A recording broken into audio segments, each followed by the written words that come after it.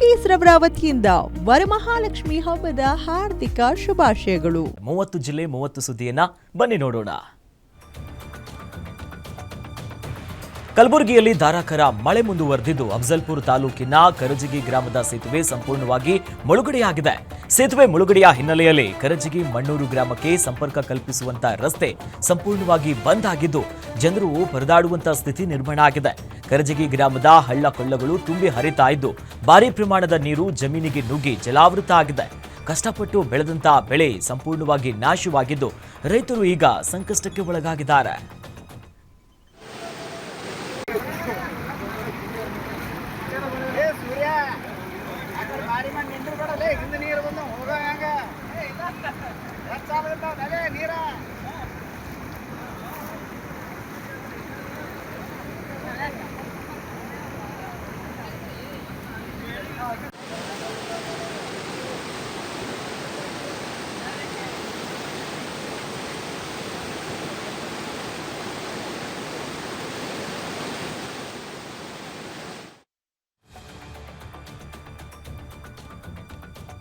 ರಾಯಚೂರಿನಲ್ಲಿ ವರುಣನ ಆರ್ಭಟ ಮುಂದುವರೆದಿದ್ದು ಧಾರಾಕಾರ ಮಳೆಗೆ ರಸ್ತೆ ಸಂಪೂರ್ಣವಾಗಿ ಜಲಾವೃತ ಆಗಿದೆ. ಮಳೆಯ ಆರ್ಭಟಕ್ಕೆ ವಾಹನ ಸವಾರರು ತೀವ್ರ ಪರದಾಡ್ತಿದ್ರು. ಇತ್ತ ಮಳೆಯ ಆರ್ಭಟಕ್ಕೆ ಸಿಂಧನೂರು ತಾಲೂಕಿನ ಚಿರತನಾಳ ಬೊಮ್ಮನಾಳ ಮಧ್ಯದ ಸೇತುವೆ ಕಿತ್ತು ಹೋಗಿದೆ. ಸೇತುವೆ ನಿರ್ಮಾಣ ನೆನೆಗುದಿಗೆ ಬಿದ್ದಿರುವಂತಹ ಹಿನ್ನೆಲೆಯಲ್ಲಿ ತಾತ್ಕಾಲಿಕ ಸೇತುವೆಯ ನಿರ್ಮಾಣವನ್ನು ಮಾಡಲಾಗಿತ್ತು. ಇದೀಗ ತಾತ್ಕಾಲಿಕ ಸೇತುವೆ ಕೊಚ್ಚಿ ಹೋಗಿರೋದ್ರಿಂದ ಸಂಪರ್ಕ ಕಡಿತಗೊಂಡಿದೆ. ಸಂಚಾರ ಸ್ಥಗಿತ ಹಿನ್ನೆಲೆಯಲ್ಲಿ ಸಾರ್ವಜನಿಕರು ತೀವ್ರ ಸಮಸ್ಯೆಗೆ ಒಳಗಾಗಿದ್ದಾರೆ.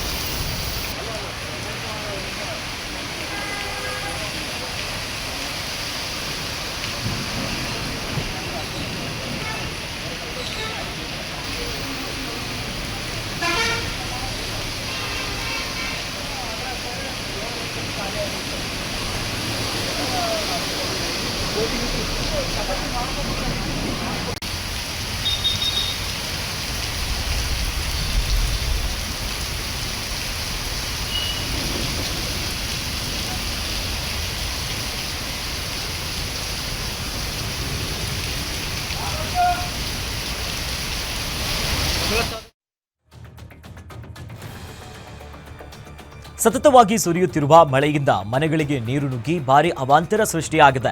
ಚಿಕ್ಕಬಳ್ಳಾಪುರದ ಹೊರವಲಯದ ಕಣಿದೇವನಹಳ್ಳಿಯಲ್ಲಿ ಮನೆ ತೋಟಗಳಿಗೆ ಮಳೆ ನೀರು ನುಗ್ಗಿದೆ. ಚಿಕ್ಕಬಳ್ಳಾಪುರದಿಂದ ಮುದ್ದೇನಹಳ್ಳಿಗೆ ಹೋಗುವಂತ ರಸ್ತೆಯಲ್ಲಿ ನೀರು ನಿಂತು ವಾಹನ ಸವಾರರು ಪರದಾಡ್ತಿದ್ದಾರೆ. ಹೈವೇ ಅಧಿಕಾರಿಗಳ ಎಡವಟ್ಟಿನಿಂದ ಗ್ರಾಮಕ್ಕೆ ಇರುವಂತ ರಸ್ತೆ ಸದ್ಯ ಜಲಾವೃತ ಆಗಿದೆ. ಸದ್ಯ ಅಲ್ಲಿನ ಗ್ರಾಮಸ್ಥರು ಪರದಾಡ್ತಿದ್ದಾರೆ. ರೈತರು ಇನ್ನು ಹೂ ಬೆಳೆಗಾರರಿಗೆ ಮಳೆ ನೀರಿನಿಂದ ಸಮಸ್ಯೆ ಉಂಟಾಗಿದ್ದು ಅಧಿಕಾರಿಗಳು ಸ್ಥಳಕ್ಕೆ ಬಂದು ಪರಿಶೀಲಿಸಿದಾಗ ಗ್ರಾಮಸ್ಥರು ತರಾಟೆಗೆ ತೆಗೆದುಕೊಂಡಿದ್ದಾರೆ. ರಸ್ತೆ ಸರಿಪಡಿಸದಿದ್ರೆ ಹೈವೇ ಬಂದ್ ಮಾಡುವುದಾಗಿ ಎಚ್ಚರಿಕೆ ಕೊಟ್ಟಿದ್ದಾರೆ.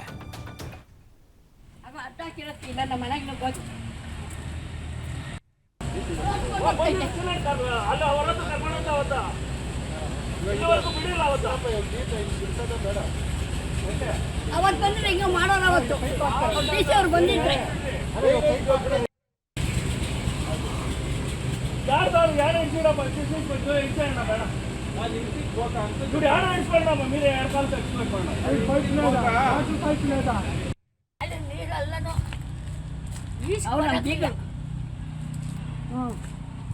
ನೋಡಿ ಹಂಗೆ ನಾವು ಓಡಾಡೋದು ಹರಿತಾ ಇರೋದೆ ಮನೆಗೂ ನುಗ್ಬಿಡ್ತಾವಿಲ್ಲ. ಆಗ ಅಡ್ಡ ಹಾಕಿರತ್ತಿಲ್ಲ ನಮ್ಮ ಮನೆಗೆ ನುಗ್ಗೋದು.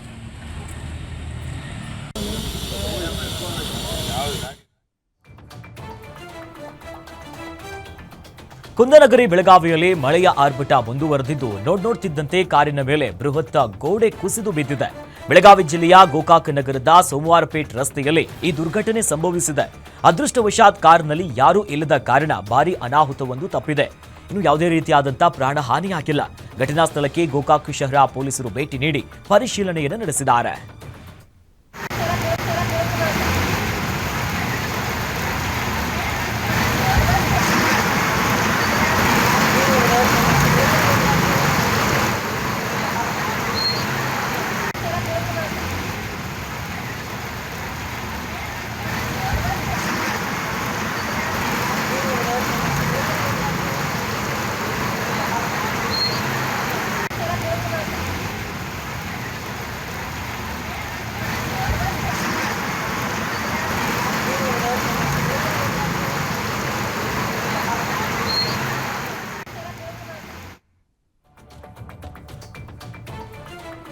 ಟ್ರಾನ್ಸ್ಫಾರ್ಮರ್ಗೆ ದುರಸ್ತಿ ವೇಳೆ ಲೈನ್ ಮ್ಯಾನ್ಗೆ ಕರೆಂಟ್ ಶಾಕ್ ಹೊಡೆದಿರುವಂತಹ ಘಟನೆ ಚಿಕ್ಕಮಗಳೂರು ಜಿಲ್ಲೆಯ ಮೂಡಿಗೆರೆ ತಾಲೂಕಿನ ಜನ್ನಾಪುರದಲ್ಲಿ ನಡೆದಿದೆ. ವಿದ್ಯುತ್ ಕಂಬದಲ್ಲಿ ಲೋಪದೋಷವನ್ನ ಸರಿಪಡಿಸುತ್ತಿದ್ದಂತ ವೇಳೆ ಈ ಘಟನೆ ನಡೆದಿದ್ದು, ಬಳ್ಳಾರಿ ಮೂಲದ ಲೈನ್ ಮ್ಯಾನ್ ಪ್ರಕಾಶ್ ಗಂಭೀರವಾಗಿ ಗಾಯಗೊಂಡಿದ್ದಾರೆ. ಮಂಗಳೂರು ಆಸ್ಪತ್ರೆಯಲ್ಲಿ ಪ್ರಕಾಶ್ಗೆ ಚಿಕಿತ್ಸೆಯನ್ನ ನೀಡಲಾಗ್ತಿದೆ.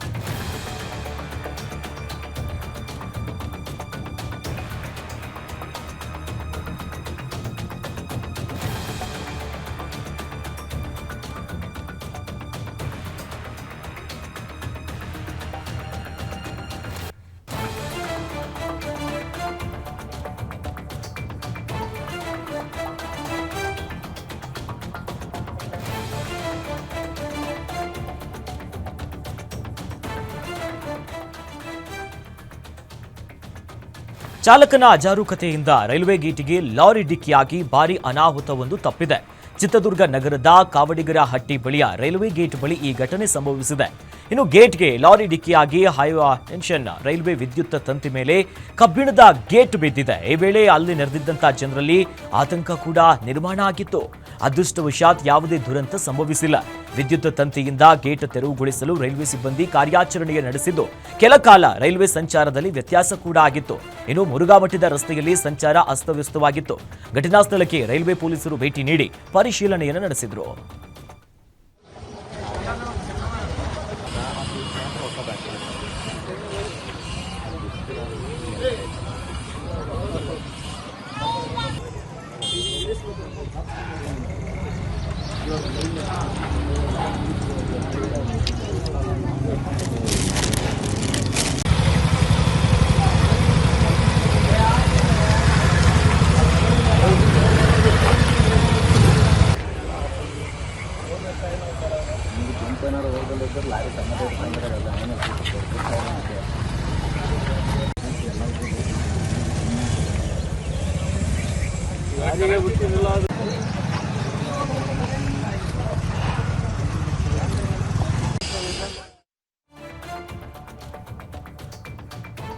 ಧರ್ಮಸ್ಥಳದಲ್ಲಿ ತಲೆಬುರುಡೆ ಶೋಧ ಕಾರ್ಯ ಮುಂದುವರೆದಿದೆ. ಪಾಯಿಂಟ್ ನಂಬರ್ 13ರ ಬದಲು ಹೊಸ ಸ್ಪಾಟ್ ಅನ್ನ ಮಾರ್ಕಿಂಗ್ ಮಾಡುವಂತೆ ಎಸ್ಐಟಿ ಅಧಿಕಾರಿಗಳಿಗೆ ಅನಾಮಿಕ ಭೀಮ ಸೂಚಿಸಿದ್ದ. ಧರ್ಮಸ್ಥಳ ಹಾಗೂ ಸುಬ್ರಹ್ಮಣ್ಯ ರಸ್ತೆಯಲ್ಲಿರುವಂತಹ ಗೋಕೃತಾರ್ ಸ್ಥಳದಲ್ಲಿ ಮಾರ್ಕಿಂಗ್ ಮಾಡಲಾಗಿತ್ತು. ಅಲ್ಲದೆ ಕಲ್ಲೇರಿಯಿಂದ 1.5 ಕಿಲೋಮೀಟರ್ ದೂರದಲ್ಲಿರುವಂತಹ ಪಾಯಿಂಟ್ 15ರಲ್ಲೂ ಯಾವುದೇ ಕಳೆ ಬರಹ ಪತ್ತೆಯಾಗಿಲ್ಲ. ಉತ್ಖನದ ವೇಳೆ 15ನೇ ಸ್ಪಾಟ್ನಲ್ಲಿ ಸುಮಾರು 5 ಫೀಟ್ ಭೂಮಿಯನ್ನ ಅಗೆದರೂ ಕಳೆಬರಹ ಸಿಗದ ಹಿನ್ನೆಲೆಯಲ್ಲಿ ಎಸ್ಐಟಿ ತಂಡ ವಾಪಸ್ ಆಗಿದೆ.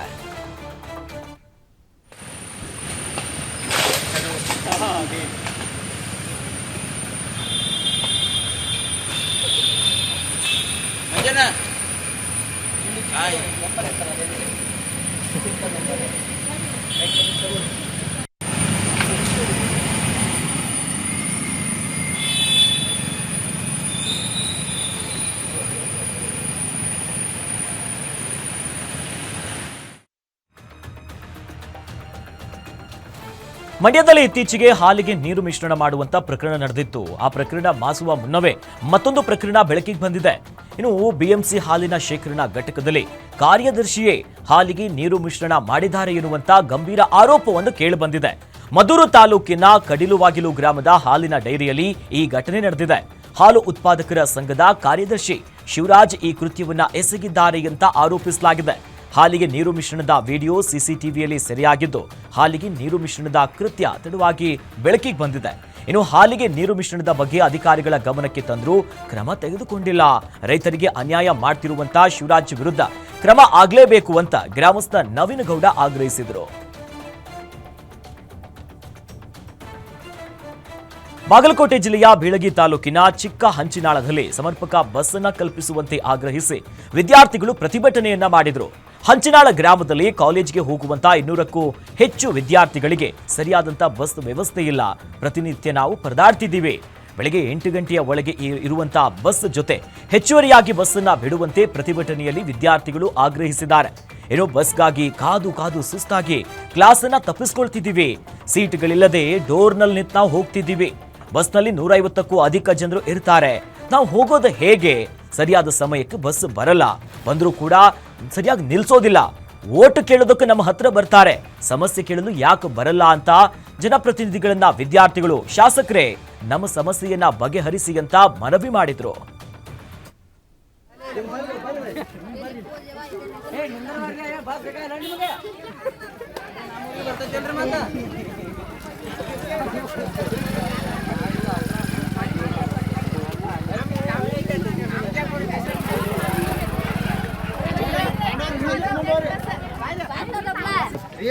ತಂಗಿ ಬಾವ ನೀ ಮಾತಾಡ್ಬಾರ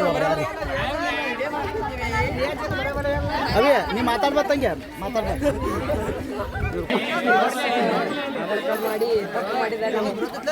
ಬಾಬಾಣ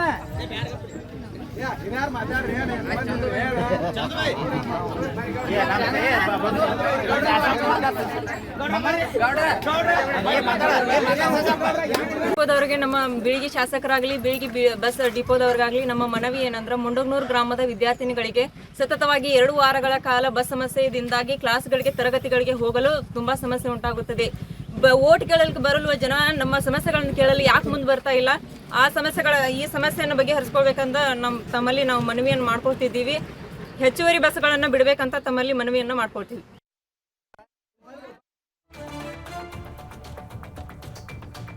ರಾತ್ರಿ ವೇಳೆ ಹಾಸ್ಟೆಲ್ ವಿದ್ಯಾರ್ಥಿನಿಯರನ್ನ ವಾರ್ಡನ್ ಬರ್ತ್ಡೇ ಪಾರ್ಟಿಗೆ ಕರೆದೊಯ್ದಿದ್ದ ಪ್ರಕರಣದಲ್ಲಿ ಹಾಸ್ಟೆಲ್ನ ಕುಕ್ ಮತ್ತು ವಾರ್ಡನ್ ಅನ್ನ ಅಮಾನತು ಮಾಡುವಂತೆ ಸದ್ಯ ಆಗ್ರಹಿಸಿ ವಿಜಯಪುರ ಸಮಾಜ ಕಲ್ಯಾಣ ಕಚೇರಿಯ ಮುಂದೆ ವಿದ್ಯಾರ್ಥಿಗಳು ಪ್ರತಿಭಟಿಸಿದರು. Warden Shakuntala, cook Rizwan birthday ಹಿನ್ನೆಲೆಯಲ್ಲಿ ಬಾಲಕಿಯರನ್ನ ಪಾರ್ಟಿಗೆ ಕರೆದೊಯ್ದು ಡ್ಯಾನ್ಸ್ ಮಾಡಿಸಿದ್ರು.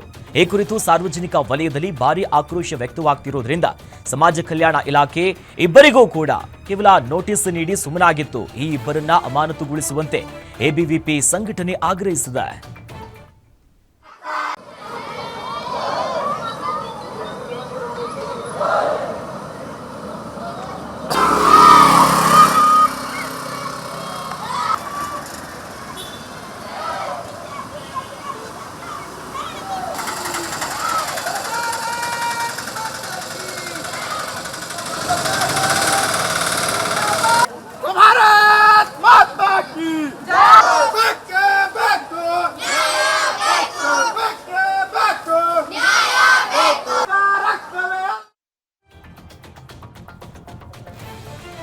ಕಲಬುರಗಿ ನಗರದ ದೂರದರ್ಶನ ಕೇಂದ್ರ ಬಂದ್ ಮಾಡ್ತಿರುವುದಕ್ಕೆ ತೀವ್ರ ವಿರೋಧ ವ್ಯಕ್ತವಾಗ್ತಿದೆ.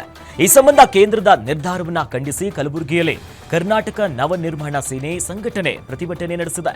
ಕಲಬುರಗಿ ದೂರದರ್ಶನ ಕೇಂದ್ರ ಸೇರಿದಂತೆ ದೇಶದ 50 ದೂರದರ್ಶನ ಕೇಂದ್ರಗಳ ಸ್ಥಗಿತಕ್ಕೆ ಕೇಂದ್ರ ನಿರ್ಧರಿಸಿ ಮಾಡಿದೆ. ಈಗಾಗಲೇ ದೂರದರ್ಶನ ಕಚೇರಿ ನಿರ್ವಹಣೆ ಇಲ್ಲದೆ ಪಾಳು ಬಿದ್ದ ಬಂಗಲೆಯಂತಾಗಿದೆ. ಇನ್ನು ದೂರದರ್ಶನ ಕೇಂದ್ರದ ಸಿಬ್ಬಂದಿಯನ್ನ ಕೇಂದ್ರ ಸರ್ಕಾರ ಬೇರೆಡೆ ವರ್ಗಾವಣೆ ಮಾಡಿದೆ. ಈ ನಡುವೆ ಕಲಬುರಗಿಯಲ್ಲಿರುವಂತಹ ದೂರದರ್ಶನ ಕೇಂದ್ರ ಮುಂದುವರಿಸುವಂತೆ ಹೋರಾಟಗಾರರು ಮನವಿ ಮಾಡಿದ್ದಾರೆ.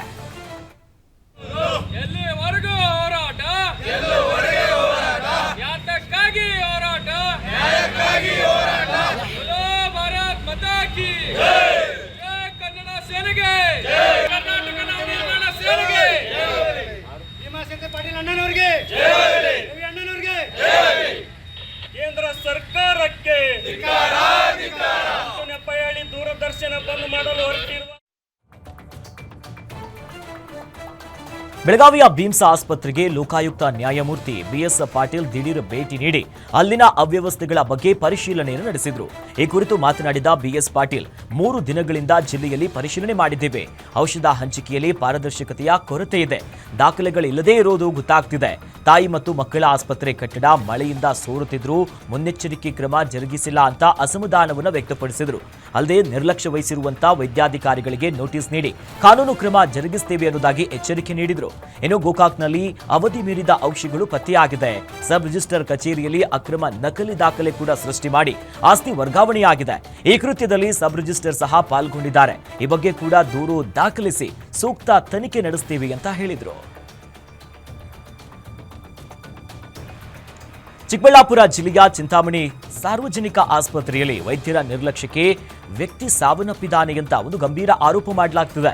ಶ್ರೀನಿವಾಸಪುರ ಮೂಲದ ಬಾಬುರೆಡ್ಡಿ ಎಂಬಾತ ನಿನ್ನೆ ರಾತ್ರಿ ಅಪರಿಚಿತ ವಾಹನ ಡಿಕ್ಕಿಯಾಗಿ ಗಂಭೀರ ಗಾಯಗೊಂಡಿದ್ದ. ಇನ್ನು ಚಿಕಿತ್ಸೆಗಾಗಿ ಚಿಂತಾಮಣಿ ಸಾರ್ವಜನಿಕ ಆಸ್ಪತ್ರೆಗೆ ರವಾನಿಸಲಾಗಿತ್ತು.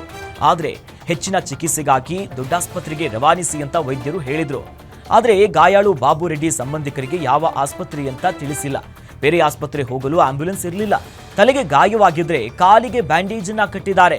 ಕನಿಷ್ಠ ಪ್ರಥಮ ಚಿಕಿತ್ಸೆಯನ್ನ ಕೂಡ ಕೊಟ್ಟಿಲ್ಲ ಅಂತ ವೈದ್ಯರ ವಿರುದ್ಧ ವಕೀಲ ಮಂಜುನಾಥ್ ರೆಡ್ಡಿ ತೀವ್ರ ವಾಗ್ದಾಳಿಯನ್ನು ನಡೆಸಿದರು.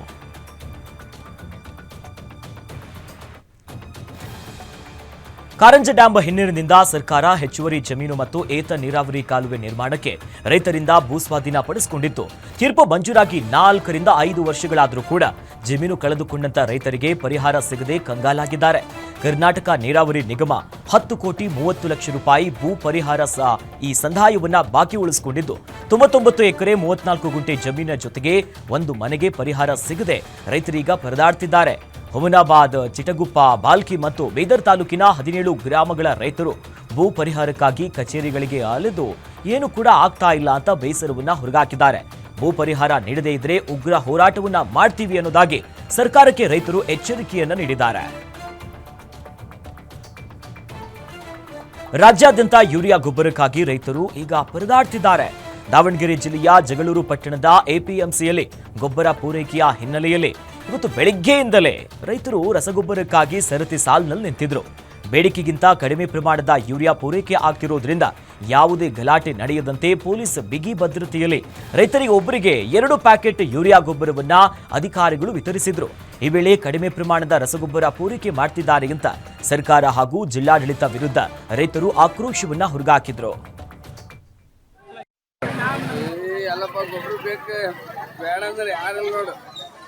ಬೇಕಂದ್ರೆ ಬೇಡಂದ್ರೆ ಒಬ್ಬರಿಲ್ಲ, ಪೂರ್ತಿ ಬೇಕಂದ್ರೆ ಇಲ್ಲ.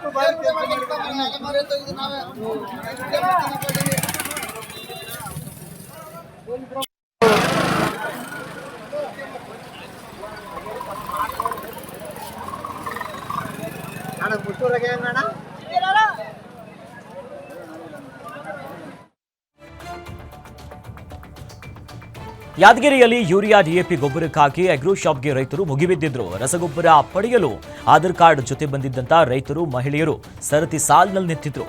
ಬೆಳಗ್ಗೆಯಿಂದ ನಿಂತು ಸಾಕಾಗಿ ಗೊಬ್ಬರದ ಅಂಗಡಿಗೆ ನುಗ್ಗೋದಕ್ಕೆ ಯತ್ನ ಮಾಡಿದ್ರು. ಗೊಬ್ಬರದ ಅಂಗಡಿ ಎದುರು ರೈತರನ್ನ ನಿಯಂತ್ರಿಸುವುದಕ್ಕೆ ಪೊಲೀಸರು ಕೂಡ ಹರಸಾಹಸವನ್ನ ಪಟ್ಟರು. ಈ ವೇಳೆ ಅಗ್ರೋ ಶಾಪ್ಗೆ ಡಿಸಿ ಹರ್ಷಲ್ ಬೋಯಾರ್, ಎಸ್ಪಿ ಪೃಥ್ವಿಕ್ ಶಂಕರ್ ಭೇಟಿ ನೀಡಿದ್ರು. ಡಿಸಿ ಎದುರು ಈ ಗೊಬ್ಬರ ಅಭಾವದ ಸಮಸ್ಯೆ ಬಗ್ಗೆ ಕಣ್ಣೀರು ಹಾಕಿದ್ರು ರೈತರು.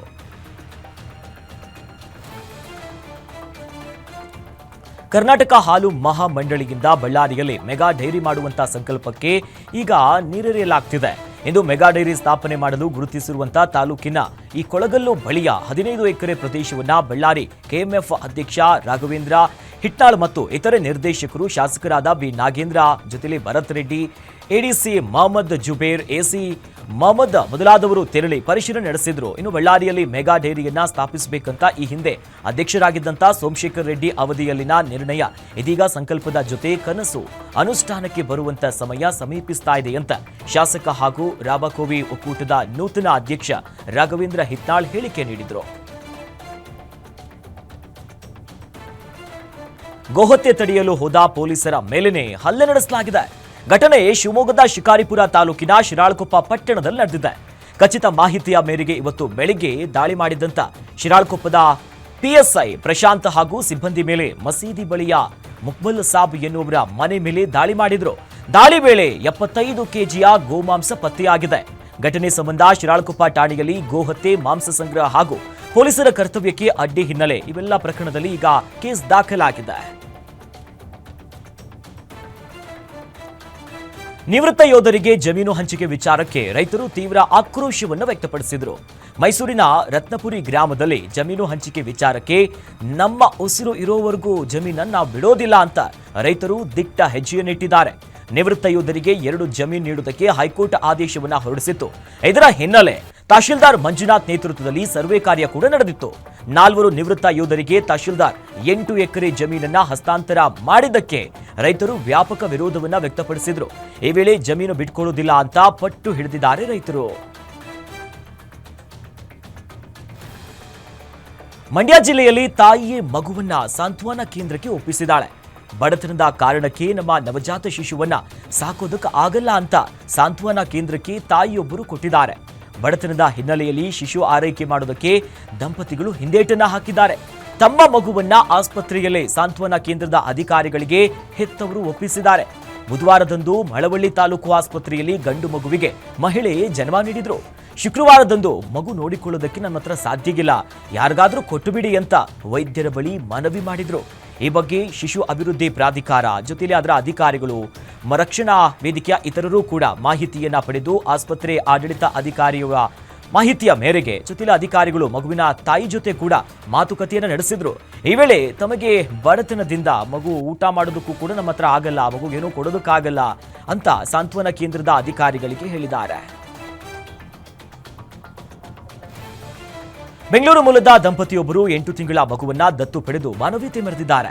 ಯಾದಗಿರಿ ಜಿಲ್ಲಾ ಮಕ್ಕಳ ರಕ್ಷಣಾ ಘಟಕದ ದತ್ತು ಸಂಸ್ಥೆಯಲ್ಲಿದ್ದಂತ ಗಂಡು ಮಗುವನ್ನ ದತ್ತು ಪಡೆದ ದಂಪತಿಗಳು ಮಾದರಿಯಾಗಿದ್ದಾರೆ. ಯಾದಗಿರಿ ಜಿಲ್ಲಾಧಿಕಾರಿ ಹರ್ಷ ಬೋಯಲ್ ನೇತೃತ್ವದಲ್ಲಿ 8 ತಿಂಗಳ ಮಗುವನ್ನ ಕಾನೂನುಬದ್ಧವಾಗಿ ಬೆಂಗಳೂರು ಮೂಲದ ದಂಪತಿಗಳಿಗೆ ಹಸ್ತಾಂತರಿಸಲಾಗಿದೆ.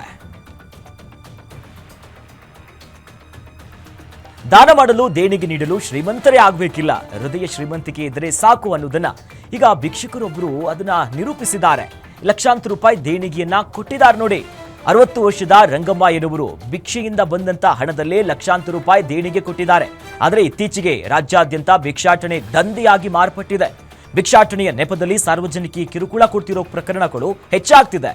ಇದರ ಮಧ್ಯೆ ರಾಯಚೂರಿನ ಭಿಕ್ಷುಕಿ ದೇವಸ್ಥಾನದ ಅಭಿವೃದ್ಧಿಗೆ ಬರೋಬ್ಬರಿ 1.83 ಲಕ್ಷ ಹಣವನ್ನ ದೇಣಿಗೆ ಕೊಟ್ಟಿದ್ದಾರೆ. ಇನ್ನು ರಾಯಚೂರು ತಾಲೂಕಿನ ಬಿಜ್ಜಗೆರ ಗ್ರಾಮದ ಭಿಕ್ಷುಕಿ ರಂಗಮ್ಮ ಕಳೆದ 6 ವರ್ಷದಿಂದ ಭಿಕ್ಷೆ ಬೇಡಿ ಸಂಗ್ರಹಿಸಿದಂತ 1,80,000 ಹಣವನ್ನ ದಾನ ಮಾಡಿದ್ದಾರೆ. ಹಸಿವು ಅನ್ನೋದು ಎಷ್ಟು ಕ್ರೂರಿ ಅನ್ನೋದಕ್ಕೆ ಈ ಮನುಕುಲಕ್ಕೆ ಒಂದು ಘಟನೆ ಇಲ್ಲಿದೆ ನೋಡಿ. ಒಂದು ಹೊತ್ತಿನ ಊಟಕ್ಕೆ ಗತಿ ಇಲ್ಲದೆ ಮನದೊಂದು ಮಹಿಳೆಯೊಬ್ಬಳು ಆತ್ಮಹತ್ಯೆಗೆ ಶರಣಾಗಿದ್ದಾಳೆ. ಉತ್ತರ ಕನ್ನಡ ಜಿಲ್ಲೆಯ ಯಲ್ಲಾಪುರ ತಾಲೂಕಿನ ಆನಗೋಡಿನ ಬೆಳ್ತರಗದ್ದೆಯಲ್ಲಿ ಈ ಘಟನೆ ನಡೆದಿದೆ. ಮೃತ ಲಕ್ಷ್ಮಿ ಎಂಬಾಕೆ ಕೆಲ ವರ್ಷಗಳಿಂದ ಬಹಳಷ್ಟು ಮನೆಯಿಂದ ದೂರ ಇದ್ರು. ಏಕಾಂಗಿಯಾಗಿ ಜೀವನವನ್ನ ಸಾಗಿಸ್ತಾ ಇದ್ರು. ಆದ್ರೆ ತನ್ನ ಜೀವನ ಮುಂದುವರಿಸೋದಕ್ಕೆ ಪ್ರತಿನಿತ್ಯ ಹೋರಾಡ್ತಾ ಇದ್ರು. ಪ್ರತಿನಿತ್ಯ ಜೀವನವನ್ನ ಕಳೆಯೋದಕ್ಕೆ ಅಡುಗೆ ಸಾಮಗ್ರಿಗಳು ಕೂಡ ಇಲ್ಲದೆ ಬೇರೆಯವ್ರ ಹತ್ರ ಸಹಾಯವನ್ನ ಪಡ್ಕೊಳ್ತಾ ಇದ್ರು. ಇದರಿಂದ ಮನನೊಂದಂತ ಮಹಿಳೆ ಮನೆಯಲ್ಲೇ ಬೆಂಕಿ ಹಚ್ಚಿಕೊಂಡು ಆತ್ಮಹತ್ಯೆಗೆ ಶರಣಾಗಿದ್ದಾರೆ. ಹುಬ್ಬಳ್ಳಿ ಆಸ್ಪತ್ರೆಗೆ ದಾಖಲಿಸಿದ್ರೂ ಕೂಡ ಚಿಕಿತ್ಸೆ ಫಲಿಸದೆ ಲಕ್ಷ್ಮಿ ಮೃತಪಟ್ಟಿದ್ದಾರೆ. ಯಲ್ಲಾಪುರ ಪೊಲೀಸ್ ಠಾಣೆಯಲ್ಲಿ ಪ್ರಕರಣ ದಾಖಲಾಗಿದೆ. ಮಹಿಳೆಯ ಕೊಲೆ ಮಾಡಿ ಮೃತದೇಹವನ್ನ ತುಂಡು ತುಂಡಾಗಿ ಕತ್ತರಿಸಿ ರಸ್ತೆಯುದ್ದಕ್ಕೂ ಎಸೆದಿರುವಂತ ವಿಕೃತಿ ಮೆರೆದಿರುವಂತ ಪ್ರಕರಣದಲ್ಲಿ ಮಹಿಳೆಯ ತಲೆ ಪತ್ತೆಯಾಗಿದೆ. ಗೃಹ ಸಚಿವ ಡಾಕ್ಟರ್ ಜಿ ಪರಮೇಶ್ವರ್ ಸ್ವಕ್ಷೇತ್ರದಲ್ಲೇ ಈ ರೀತಿಯಾದಂತ ಭೀಕರ ಕೊಲೆ ನಡೆದಿರೋದು ಕಾನೂನು ಸುವ್ಯವಸ್ಥೆ ಬಗ್ಗೆನೇ ಪ್ರಶ್ನೆ ಮೂಡ್ತಾ ಇದೆ. ಇನ್ನು ಚಿಂಪುಗಾನಹಳ್ಳಿ ಹೊರವಲಯದ ಮುತ್ಯಾಲಮ್ಮ ದೇವಸ್ಥಾನದ ಬಳಿ ಒಂದು ಕೈ ಪತ್ತೆಯಾಗಿತ್ತು. ಆ ಜಾಗದಿಂದ ಸುಮಾರು 1 ಕಿಲೋಮೀಟರ್ ದೂರದಲ್ಲಿ ಮತ್ತೊಂದು ಕೈ ಕೂಡ ಪತ್ತೆಯಾಗಿತ್ತು. ನಿನ್ನೆ ಕತ್ತರಿಸಿದ ಸ್ಥಿತಿಯಲ್ಲಿ 2 ಕೈಗಳು ಪತ್ತೆಯಾಗಿತ್ತು. ಇವತ್ತು ಮಹಿಳೆಯ ತಲೆ ಪತ್ತೆಯಾಗಿದೆ. ಘಟನಾ ಸ್ಥಳಕ್ಕೆ ಕೊರಟಗೆರೆಯ ಪೊಲೀಸರು ಭೇಟಿ ನೀಡಿ ಪರಿಶೀಲನೆಗೆ ನಡೆಸಿದ್ದಾರೆ. ಕಿಲ್ಲರ್ ಕೆಎಸ್ಆರ್ಟಿಸಿ ಬಸ್ ಚಕ್ರಕ್ಕೆ ಸಿಲುಕಿ ಪ್ರಾದೇಶಿಕ ಸಾರಿಗೆ ಅಧೀಕ್ಷಕ ಸಾವನ್ನಪ್ಪಿದ್ದಾರೆ. ದಾವಣಗೆರೆ ನಗರದ ರಿಂಗ್ ರಸ್ತೆಯಲ್ಲಿ ಘಟನೆ ನಡೆದಿದೆ. ಮೃತ ದುರ್ದೈವಿ ತಿಪ್ಪೇಸ್ವಾಮಿ ಅನ್ನೋದಾಗಿ ಗುರುತಿಸಲಾಗಿದೆ. ದಾವಣಗೆರೆ ಪ್ರಾದೇಶಿಕ ಅಧೀಕ್ಷಕರಾಗಿ ಕೆಲಸ ಮಾಡ್ತಿದ್ದಂತ ತಿಪ್ಪೇಸ್ವಾಮಿ ಬೈಕ್ನಲ್ಲಿ ಬರುವಂತ ಸಂದರ್ಭದಲ್ಲಿ ಆಯ ತಪ್ಪಿ ಬಿದ್ದಿದ್ರು. ತಲೆಗೆ ಹೆಲ್ಮೆಟ್ ಅನ್ನ ಧರಿಸಿದ್ರೂ ಕೂಡ ಬಸ್ ಹರಿದ ರಭಸಕ್ಕೆ ತಲೆ ಛಿದ್ರವಾಗಿ ಸ್ಥಳದಲ್ಲಿ ಸಾವನ್ನಪ್ಪಿದ್ದಾರೆ. ಘಟನಾ ಸ್ಥಳಕ್ಕೆ ದಾವಣಗೆರೆಯ ಪೊಲೀಸರು ಭೇಟಿ ನೀಡಿ ಪರಿಶೀಲನೆ ನಡೆಸಿದ್ದಾರೆ. ಬಾರ್ನ ಬಾಗಿಲು ಬೇಟೆ ಖತರ್ನಾಕ್ ಕಳ್ಳರು ಹಣ ದೋಚಿ ಪರಾರಿಯಾಗಿದ್ದಾರೆ. ಮೈಸೂರು ಜಿಲ್ಲೆಯ ನಂಜನಗೂಡು ತಾಲೂಕಿನ ಈ ತಗಡೂರು ಗ್ರಾಮದಲ್ಲಿ ಘಟನೆ ನಡೆದಿದೆ. ರಾಡ್ನಿಂದ ಬಾರ್ ಶೆಲ್ಟರ್ ಅನ್ನ ಒಡೆದು ಒಳಗೆ ಹೋಗಿ ಹಣವನ್ನ ಕದ್ದು ದೋಚಿ ಎಸ್ಕೇಪ್ ಆಗಿದ್ದಾರೆ. ಇನ್ನು ಪಕ್ಕದಲ್ಲೇ ಇದ್ದಂತಹ ಪೆಟ್ಟಿ ಅಂಗಡಿಯಲ್ಲೂ ಕೂಡ ಕಳ್ಳತನಕ್ಕೆ ಯತ್ನಿಸಿದ್ದಾರೆ. ಈ ವೇಳೆ ಅಂಗಡಿಯಲ್ಲಿ ಮಲಗಿದ್ದಂಥ ವ್ಯಕ್ತಿ ಮೇಲೆ ಹಲ್ಲೆಗೆ ಯತ್ನಿಸಿದ್ದಾರೆ. ವ್ಯಕ್ತಿ ಜೋರಾಗಿ ಕಿರುಚಿಕೊಂಡಂತಹ ಪರಿಣಾಮ 3 ಖದೀಮರು ಸ್ಥಳದಿಂದ ಕಾಲ್ಕಿತ್ತಿದ್ದಾರೆ. ಕತರ್ನಾ ಖದೀಮರ ಕೈಚಳಕ ಸಿಸಿಟಿವಿಯಲ್ಲಿ ಸೆರೆಯಾಗಿದೆ. ದೊಡ್ಡ ಕವಲಂದೆ ಪೊಲೀಸ್ ಠಾಣೆಯಲ್ಲಿ ಕೇಸ್ ದಾಖಲಾಗಿದೆ. ಬಾಗಲಕೋಟೆಯಲ್ಲಿ ಕಳೆದ 2 ದಿನಗಳ ಅಂತರದಲ್ಲಿ 4 ಮೇಕೆಗಳ ಮೇಲೆ ಚಿರತೆ ದಾಳಿ ಮಾಡಿದೆ. ಇನ್ನು ಕೆಡೆಜಂಗಿ ಎಂಬಲ್ಲಿ ಚಿರತೆ ಹಾವಳಿ ಹೆಚ್ಚಾಗಿದ್ದು ಸಾಕು ಪ್ರಾಣಿಗಳು ಜಾನುವಾರುಗಳ ಮೇಲೆ ಚಿರತೆ ದಾಳಿ ನಡೆಸುತ್ತಿದೆ. ಮೇಕೆ ನಾಯಿಯನ್ನ ಚಿರತೆ ಎಳೆದೊಯ್ದಿದ್ದು ಅರ್ಧ ತಿಂದಾಕಿರುವಂತಹ ಕಳೆಬರಹ ಪತ್ತೆಯಾಗಿದೆ. ಇನ್ನು ಜಬಂಗಿ ಗ್ರಾಮದ ಸುತ್ತಮುತ್ತ ಚಿರತೆ ಆತಂಕ ಹೆಚ್ಚಾಗಿದ್ದು ಜಮೀನಿಗೆ ಹೋಗೋದಕ್ಕೆ ಗ್ರಾಮಸ್ಥರು ಹಿಂದೇಟನ್ನ ಹಾಕ್ತಿದ್ದಾರೆ. ಘಟನಾ ಸ್ಥಳಕ್ಕೆ ಅರಣ್ಯ ಇಲಾಖೆ ಪೊಲೀಸ್ ಅಧಿಕಾರಿಗಳು ಭೇಟಿ ನೀಡಿ ಪರಿಶೀಲನೆ ನಡೆಸಿದರು. ಕಲಬುರಗಿಯ ಪಾಣೆಗಾಂವ್ ಬಳಿ ಚಿರತೆ ಪ್ರತ್ಯಕ್ಷವಾಗಿದ್ದು ಸ್ಥಳೀಯರಲ್ಲಿ ಈಗ ಆತಂಕ ಹೆಚ್ಚಾಗ್ತಿದೆ. ಕಳೆದ 2 ದಿನಗಳಿಂದ ಪಾಣೆಗಾಂವ್ ಗ್ರಾಮದಲ್ಲಿ ಸಂಚರಿಸುತ್ತಿರುವಂತಹ ಚಿರತೆ ಎತ್ತುಗಳ ಮೇಲೆ ದಾಳಿ ನಡೆಸಿದೆ. ಚಿರತೆಯ ಸೆರೆಗೆ ಅರಣ್ಯ ಇಲಾಖೆಯಿಂದ ಶೋಧ ಕಾರ್ಯ ಮುಂದುವರೆದಿದೆ. ಜನ ಎಚ್ಚರಿಕೆಯನ್ನು ವಹಿಸುವಂತೆ ಗ್ರಾಮ ಪಂಚಾಯಿತಿಯಿಂದ ಡಂಗೂರ ಸಾರಿಸಲಾಗಿದೆ. ರಾತ್ರಿ ಸಮಯದಲ್ಲಿ ಒಂಟಿಯಾಗಿ ಯಾರೂ ಕೂಡ ಓಡಾಡಬಾರದು ಅಂತ ಎಚ್ಚರಿಕೆಯನ್ನು ನೀಡಲಾಗಿದೆ. ಇಂದು ರಾಜ್ಯಾದ್ಯಂತ ವರಮಹಾಲಕ್ಷ್ಮಿ ಹಬ್ಬದ ಹಿನ್ನೆಲೆಯಲ್ಲಿ ತುಮಕೂರು ಜಿಲ್ಲೆಯ ಕೊರಟಗೆರೆಯ ತಾಲೂಕಿನ ಗೊರವನಹಳ್ಳಿ ಮಹಾಲಕ್ಷ್ಮಿ ಕ್ಷೇತ್ರ ವಿಶೇಷ ಅಲಂಕಾರದಿಂದ ಕಂಗೊಳಿಸ್ತಾ ಇತ್ತು. ಇವತ್ತು ಬೆಳಗ್ಗೆ 5 ಗಂಟೆಯಿಂದಲೇ ದೇವಸ್ಥಾನದಲ್ಲಿ ವಿಶೇಷ ಪೂಜಾ ಕಾರ್ಯ ನೆರವೇರಿದ್ದು ಮಹಾಲಕ್ಷ್ಮಿ ದೇವಿಗೆ ವಿಶೇಷ ಹೂವಿನ ಅಲಂಕಾರ ಹಾಗೂ ರಂಗಪೂಜೆ, ಸ್ವಸ್ತಿವಾಚನ, ಗೋಪೂಜೆ, ಪಂಚಾಮೃತ ಅಭಿಷೇಕ ಸಂಕಲ್ಪ, ಅಷ್ಟೋತ್ತರ ಮಹಾ ಮಂಗಳಾರತಿ ಪೂಜೆಯನ್ನ ನೆರವೇರಿಸಲಾಯಿತು. ರಾಜ್ಯದ ಮೂಲೆ ಮೂಲೆಯಿಂದ ಆಗಮಿಸುತ್ತಿರುವಂತಹ ಭಕ್ತರು ಸರತಿ ಸಾಲಿನಲ್ಲಿ ನಿಂತು ತಾಯಿಯ ದರ್ಶನವನ್ನ ಪಡೆದಿದ್ದಾರೆ. ಇಂದು ರಾಜ್ಯದೆಲ್ಲೆಡೆ ಮಹಾಲಕ್ಷ್ಮಿ ಹಬ್ಬದ ಹಿನ್ನೆಲೆಯಲ್ಲಿ ಮಂಡ್ಯ ಜಿಲ್ಲೆಯ ಶ್ರೀರಂಗಪಟ್ಟಣದಲ್ಲಿ ಚಾಮುಂಡೇಶ್ವರಿ ದೇವಿಗೆ ಧನಲಕ್ಷ್ಮಿ ಅಲಂಕಾರವನ್ನ ಮಾಡಲಾಗಿದೆ. ದೇವಿ ಹಾಗೂ ಗರ್ಭಗುಡಿಗೆ ನೋಟಿನಿಂದ ಭರ್ಜರಿ ಅಲಂಕಾರವನ್ನ ಮಾಡಲಾಗಿತ್ತು. ಧನಲಕ್ಷ್ಮಿಯ ಪ್ರತಿರೂಪವನ್ನ ಕಣ್ತುಂಬಿಕೊಳ್ಳುವುದಕ್ಕೆ ಹೆಚ್ಚಿನ ಸಂಖ್ಯೆಯಲ್ಲಿ ಭಕ್ತಾಭಿಮಾನಿಗಳು ದೇವಸ್ಥಾನಕ್ಕೆ ಆಗಮಿಸಿದ್ರು. ಇಷ್ಟೊತ್ತು ನೀವು ನೋಡಿದ್ದು ಗ್ಯಾರಂಟಿ ನ್ಯೂಸ್, ಸುದ್ದಿ ಖಚಿತ, ನ್ಯಾಯ ನಿಶ್ಚಿತ.